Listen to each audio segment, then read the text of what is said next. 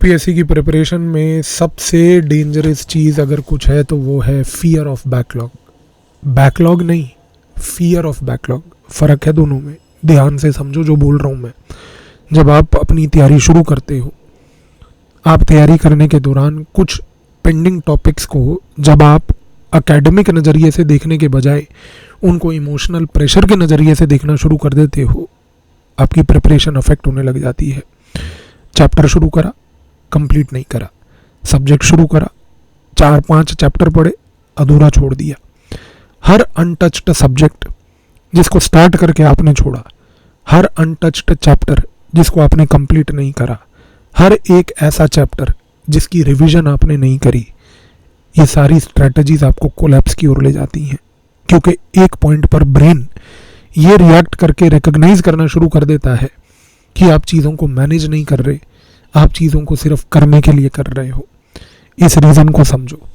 जब आप कोई किताब उठाते हो, उस किताब में कुछ चैप्टर पढ़ते हो, चैप्टर पढ़ के आप उसको छोड़ देते हो, फिर वो चैप्टर सेकंड वाला, थर्ड वाला कभी 2 हफ्ते 3 हफ्ते बाद आता है, चीज़ें डिस्कनेक्ट हो जाती हैं। और यहाँ पर प्रॉब्लम क्या आती है कि यहाँ जिस तरीके से आप जब बैकलॉग क्लियर करते हो, ये एक अनहेल्दी प्रिपरेशन प्रैक्टिस है। इससे कॉन्फिडेंस भी अफेक्ट होता है, कंसंट्रेशन भी अफेक्ट होती है, डिसीजन मेकिंग भी अफेक्ट होती है, क्वेश्चन सॉल्विंग की एबिलिटी भी अफेक्ट होती है। क्योंकि इस पूरी प्रिपरेशन के दौरान आपको सिर्फ एक बहुत इंपॉर्टेंट चीज़ पे फोकस करना है, और वो ये है कि स्ट्रेटेजिक क्लैरिटी होनी चाहिए। नया मटेरियल रोज़ आएगा, नए करंट अफेयर रोज़ आएंगे, नए कंपाइलेशंस रोज़ आएंगे, नई स्ट्रेटजीज रोज़ आएंगी, नए इंपॉर्टेंट टॉपिक्स की लिस्ट रोज़ आएगी। सिलेबस आपके सामने पेंडिंग पड़ा रहेगा। आप नए टॉपिक्स, नए कंपाइलेशंस के चक्कर में एक अनकंट्रोल्ड ओशन में डूब जाओगे। क्योंकि यहाँ पर ये जो एंडलेस चेज आप करते रहोगे, आप अपने ब्रेन को एक ऐसे स्टेट में डाल दोगे जहाँ पर वो इंस्टेबिलिटी पे ही ध्यान देता रहे, एक ऐसे स्टेज में डाल दोगे जहाँ पर ब्रेन कभी डिसिप्लिन से काम कर ही ना पाए। क्योंकि आप टेम्पररी रिलीफ पे फोकस कर रहे हो, सिर्फ मटेरियल एक्यूमुलेट करके। आप टेम्पररी रिलीफ प्राप्त कर रहे हो सिर्फ ये दिखा के कि मैंने हर सब्जेक्ट छू लिया, टच कर लिया, ऊपर ऊपर से देख लिया। लेकिन हर सब्जेक्ट में आपका एक बैकलॉग है। हर सब्जेक्ट में आपका बैकलॉग सिर्फ इसलिए नहीं है क्योंकि आप डिलिबरेटली चाहते थे, वो इसलिए है क्योंकि आपके पास उस सब्जेक्ट को कंप्लीट करने का विजन नहीं था, आपके पास उस सब्जेक्ट को टैकल करने की स्ट्रैटेजी नहीं थी। इसी रीज़न से सोच के देखो, आप पिछले कुछ हफ्तों से, कुछ महीनों से तैयारी कर रहे हो, क्या अचीव किया, कितना कंप्लीट किया।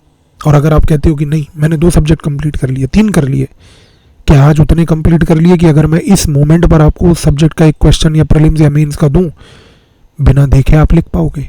नहीं कर पाओगे। क्या बिना 1 मिनट के भी देखे आप आंसर इमीडिएटली रिप्रोड्यूस कर पाओगे? नहीं कर पाओगे। क्यों? क्योंकि सब्जेक्ट्स भी इनकम्प्लीट थे, रिविजन भी इनकॉर्पोरेट नहीं थी। इस प्रॉब्लम को ओवरकम करना है। ये जो स्ट्रैटेजिक फ्लॉज मैं आपको रोज वीडियोस के थ्रू बता रहा हूँ, ये हर एक एस्पिरेंट के साथ होता है। इस रीज़न से 15 जून से 30 जून जो मैं आपके लिए एक पर्सनलाइज्ड मेंटरशिप लेकर फ्री ऑफ कॉस्ट आया हूँ, उस मेंटरशिप में मैं आपको नॉट ओनली एक जीएस का सब्जेक्ट पूरा कंप्लीट कराऊंगा, छू के अधूरा नहीं छोड़ेंगे, पूरा कंप्लीट करेंगे।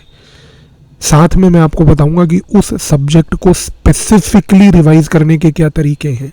इंडियन सोसाइटी के कंटेंट को रिवाइज करने का तरीका अलग है, इंडियन ज्योग्राफी को रिवाइज करने के टेक्निक्स अलग है, पॉलिटी को रिवाइज करने के टेक्निक्स अलग है, एथिक्स को रिवाइज करने के टेक्निक्स अलग है। हर सब्जेक्ट में कॉमन टेक्निक्स नहीं होते उस कंटेंट को रिवाइज करने के, हर सब्जेक्ट के टेक्निक्स अलग होते हैं।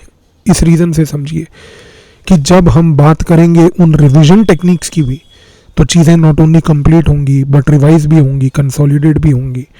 ये 15 दिन, 15 जून से 30 जून, जो आपको मैं एक free of cost transformative experience देने जा रहा हूँ, इस एक्सपीरियंस को आप जीवन भर याद रखोगे।